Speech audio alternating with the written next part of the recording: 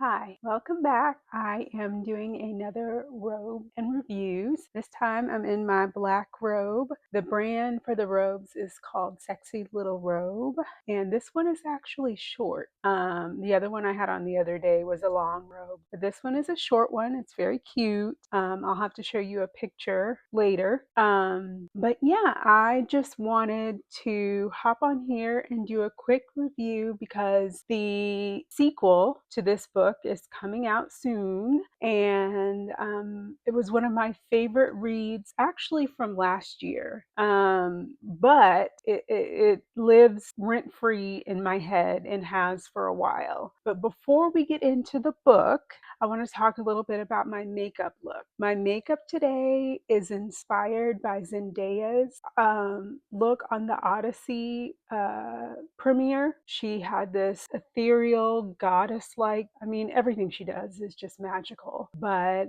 it was especially beautiful. She had this kind of light-colored, almost whitish, bluish eye makeup on the center of her eyes, and I felt very inspired by that look. So I just wanted to tell you what I use for some of the products.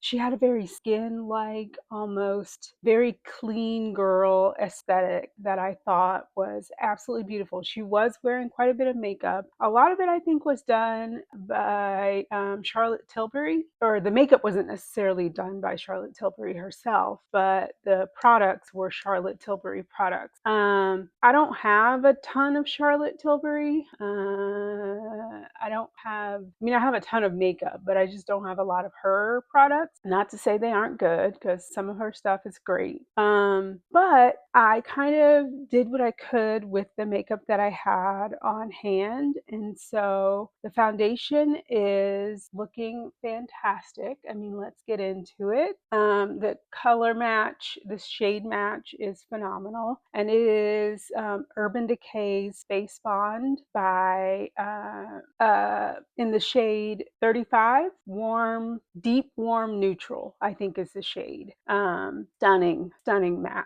I also wanted to mention the lashes because I think they give me just that oomph, that they take the look to the next level, which I absolutely appreciate. They are the Natalia lashes, I believe. Yes, Natalia Light Lashes by House of Lashes, and they are absolutely stunning. Like I love the way they look. They make my eyes just look ginormous. They make my brown eyes pop. I know there's a lot of chatter about eye maxing or look maxing or whatever that means. I don't know what's what bros are saying, but in any case, looking your best, feeling your best is always a good thing. So let's get into the cheek. I talked about this product in the last video that I did. It's called the NYX Buttermelt Blush, and it's in the shade Butter Than Before, and it's like this gorgeous deep raspberry color, and it's so pretty on my skin tone. Like it just looks natural but still pigmented, and you have to be careful because this is pigmented, honey. Like she goes to work, like she shows up, so be careful putting the product on, because she definitely is powerful. But I love that because she's super affordable. I don't recall what I paid for this, but I got 3 of them at Ulta. I think they were all on sale. And then, oh, I know what I wanted to talk about while we're getting into this look. This Dolce and Gabbana Sleek Kohl Glider eyeliner pencil is tea. Like when I tell you, it's got like a brilliant focus. It's got like a brilliant eyeliner at one end that you can sharpen, and then it's got like a smudgy brush at the other end, which is also helpful. So I'm just saying, if you're in the market for a Kohl eyeliner, Dolce & Gabbana has a great one. It is on the pricey side. I got that one from Sephora. of, but homegirl puts in the work. So we're here for it. And then for the lips, I talked about this in my last video and I am still absolutely in love with this product. Like, it was such a impulse buy, but I am so glad that I got it because I definitely am looking into some of the other colors. But it is the NYX Lip IV Hydrating Gloss Stain in the shade 18 Drippin Nude. I don't know what it is about this product and my lips, but they go together real bad, honey. I cannot tell you how phenomenal this product looks on my lips, like so much. And none of this is sponsored. I bought all of this myself with my own money. You know, I don't have any brand deals or anything like that. And I line my lips with the Makeup Forever Artist Color Pencil in Limitless Brown, which is goated at this point. Like this, I buy this so much. I love it. I love it. My daughter even steals it from me. So we love that. But that's the look. And then I set everything with the OneSize powder melt, and it gives this hydrated look to the skin. It looks fresh. It doesn't look super duper matte or dried down. Everything looks phenomenal. I did my makeup like 15 minutes before I did this video, so you know it's gonna look good. But on days where in the last video I did my makeup a while before I filmed the video, and I am, you know, glad to say that it held up. But I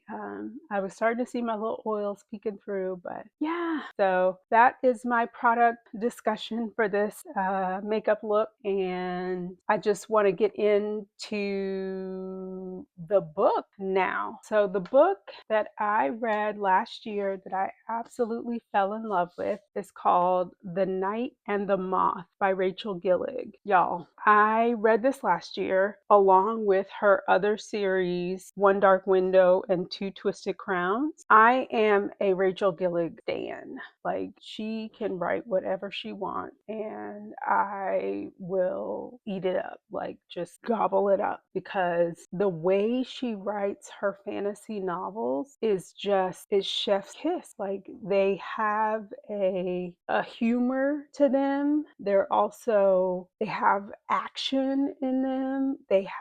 There's a little bit of romance in them. But the plot is plotting. You know, in some romance novels, it's more about the romance than it is about the actual storyline and plot. But in her books, there is a level of literary je ne sais quoi that just really speaks to me. It's just beautiful.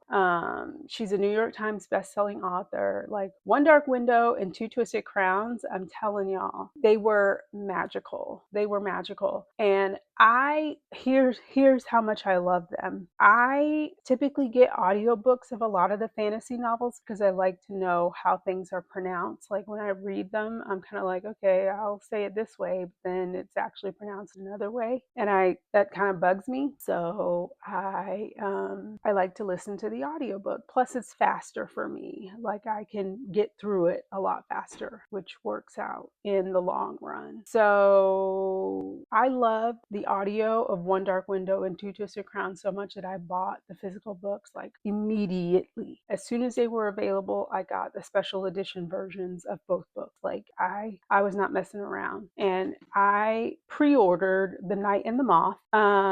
And once I realized it was a duet, I immediately, when it was available, pre-ordered The Knave and the Moon, which is going to come out September 1st, 2026. So that's another book on my list that I will be getting. So for those keeping track, I'm going to get Storm Caller and The Knave and the Moon on September 1st because they both come out that day. And I'm very excited for both of them. But y'all, let's just get into how beautiful this book is. Like, the cover work is just stunning.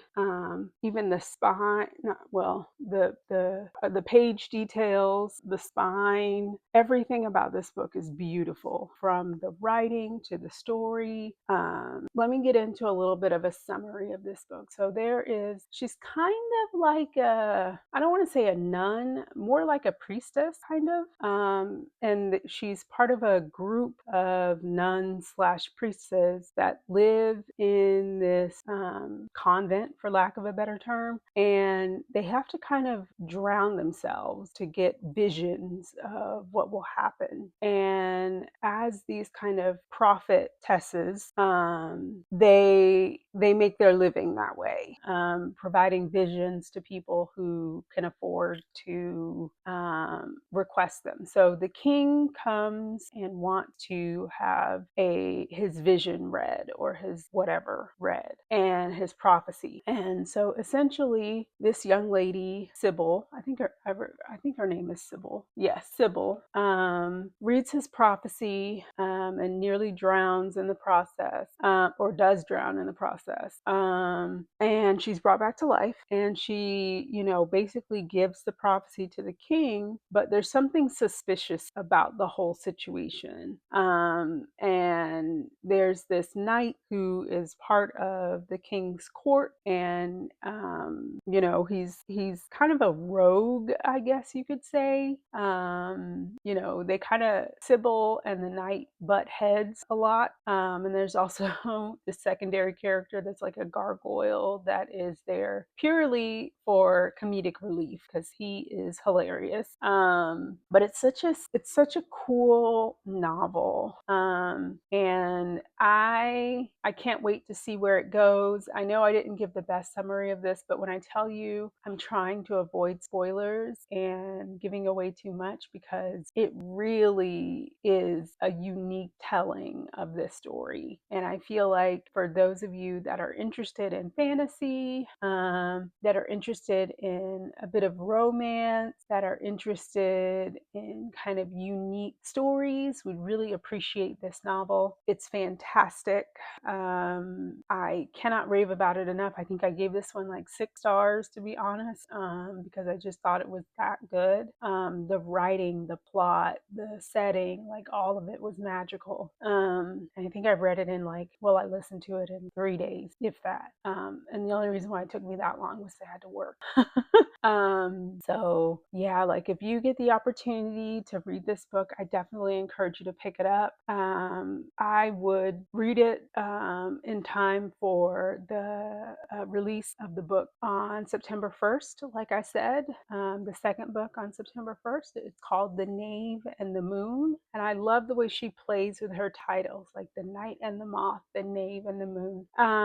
It's very cool. And there's so many hidden gems and Easter eggs and little nuggets for you to find throughout the book. So I do plan to reread this one, or re-listen to it rather. I may do immersive reading and listen while I read the book as well. Always awesome. So I think that's it for this one. I hope you decide to pick up The Night and the Moth.